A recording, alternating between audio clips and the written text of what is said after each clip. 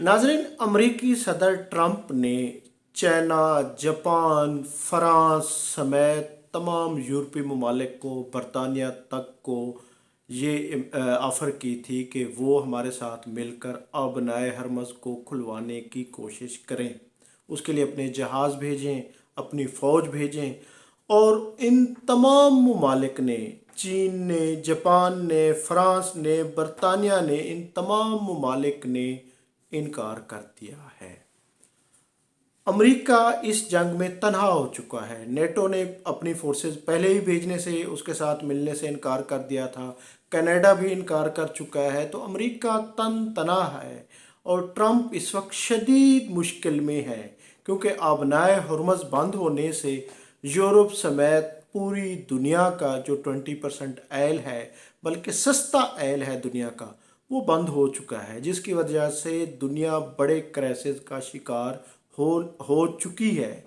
तो इस पर नाजरीन, अब अमरीकी सदर ट्रंप झंझलाहट का शिकार है। आए रोज़ एक नया झूठ बोलते हैं, क्योंकि उसके तमाम इत्तेहादी, तमाम दोस्तों ने मदद करने से इनकार कर दिया है।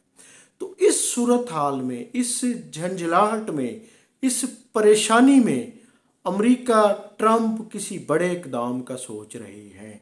और वो इकदाम वो है जो दूसरी जंग अजीम में, क्योंकि जब जर्मनी तो लूज़ कर चुका था और जापान ने हथियार डालने से इनकार कर दिया था और लड़ रहा था, और इस पर आके उस वक्त के सदर ने फैसला किया था कि इन पर एटम बम गिराया जाए।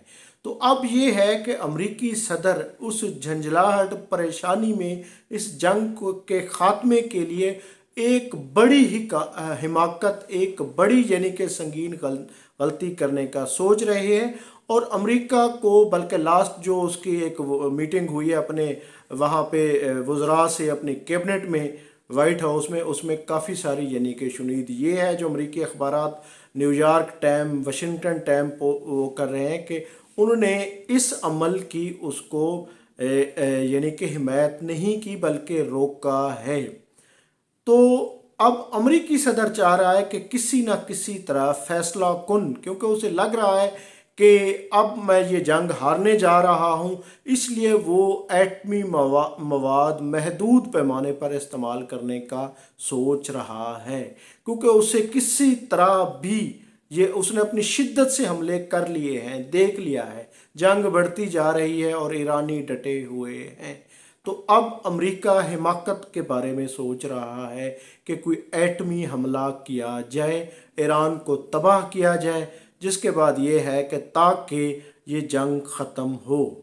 नाजरीन, ये अब तक की सूरत हाल है।